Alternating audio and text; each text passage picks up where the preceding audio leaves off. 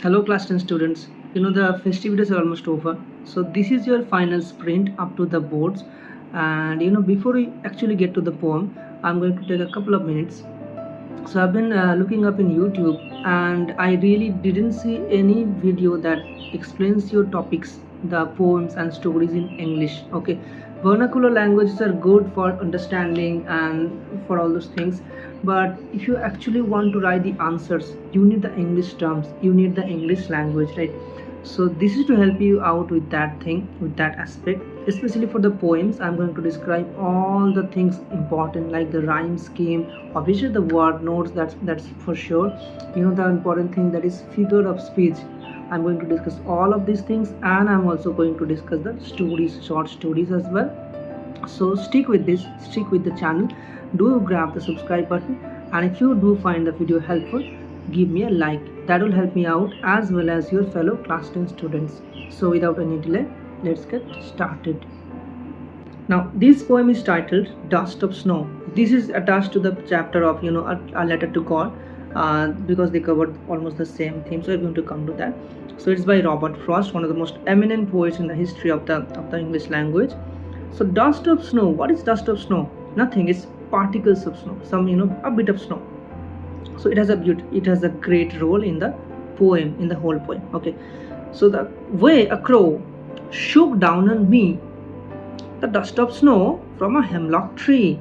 From this stanza you can clearly see the poet was going from under the tree, under the hemlock tree. Maybe he was standing under the tree, maybe sitting under the tree. We don't even know, we don't even need to know.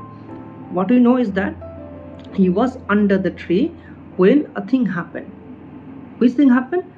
The crow was there on the tree. That crow shook down some speck of snow on the poet, some bit of snow on the poet. So what happened as a result of that? Has given my heart a change of mood. Now his mood changed as a result of that. Changed from what to what? And saved some part of a day I had ruined. So he had ruined the day up to that point. Ruined means what? Regret. Okay, so he was not in a good mood. He was in a sad and depressed mood, and that small incident of that crow shaking some dust of snow, some speck, a bit of snow on the poet, that little incident just changed the mood, and it saved the rest of the day for him. Because he had been in such depressed mood, he was fearful of the rest of the day, how he's going to tackle the rest of the day. But now, because of this small incident in nature, that thing changed his mood for the better, and he was happy. His mood had been lifted, and he could tackle his rest of the day in a cheerful mood. So this is it. If I talk about the rhyme scheme, see how poem goes. The way a crow shook down on me the dust of snow from a hemlock tree. So this is how the rhyme goes. A, B, A, B. If crow stands for A, me, B, right? Snow matches with crow, so it becomes A, and tree matches with me, so it becomes B. A, B, A, B. This is how to structure your rhyme scheme of the poem. So this is the rhyme scheme of the poem here. Okay, A, B, A, B. Now let's discuss the themes that the poem covers. Okay, so first of all, the poem deals with the theme of healing aspect of nature, healing power of nature. It doesn't matter how much depressed you are, how much down you are, dejected you are. If you are in the lap of nature, nature will help you get better. Okay, nature will help your mood. Nature will help lift your mood up. Okay, so that's one. Obviously you can take these themes, these are the themes, you can take these and you can elaborate your points, right? So these are going to help you in terms of the answers as well to the questions. Okay, that's first.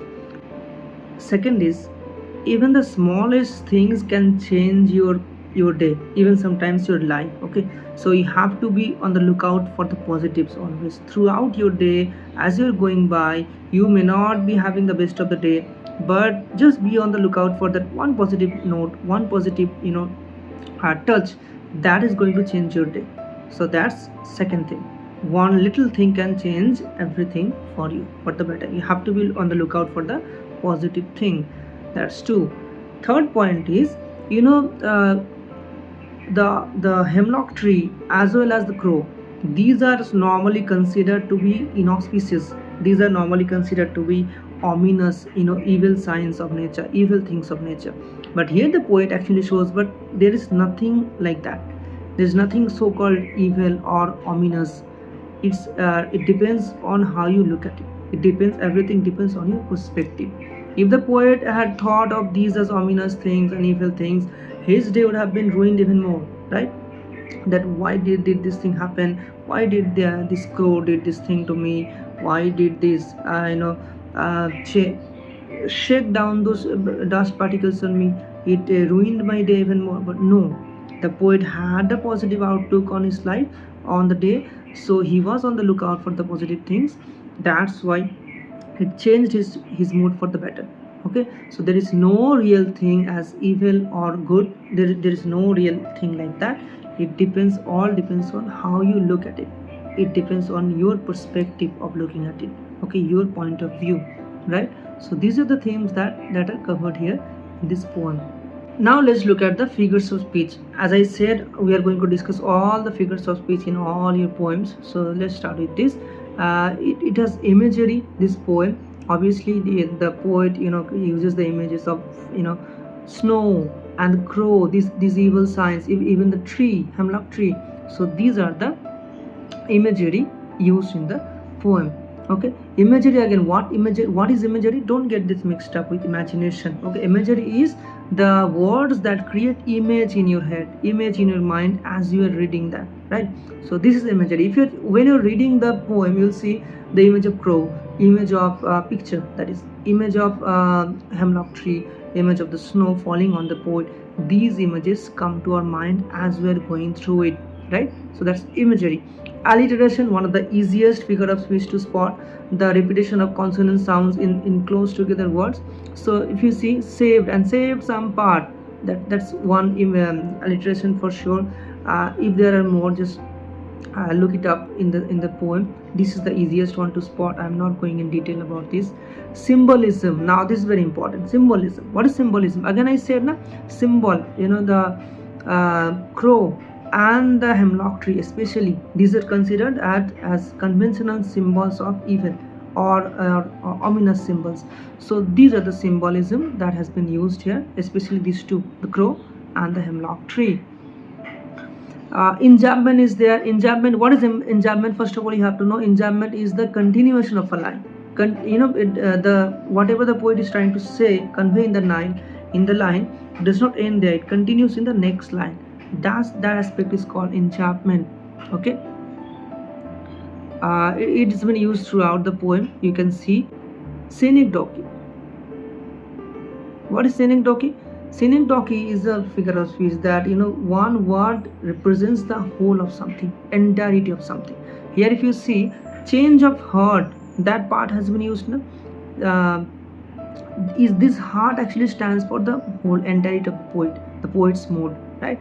So this is an aspect of synecdoche. I hope this video is going to help you in terms of your preparation, and if it does, once again do give it a thumbs up. That will help me as well as your fellow class 10 students, because it will reach the fellow class 10 students as well, hopefully. Thanks for watching.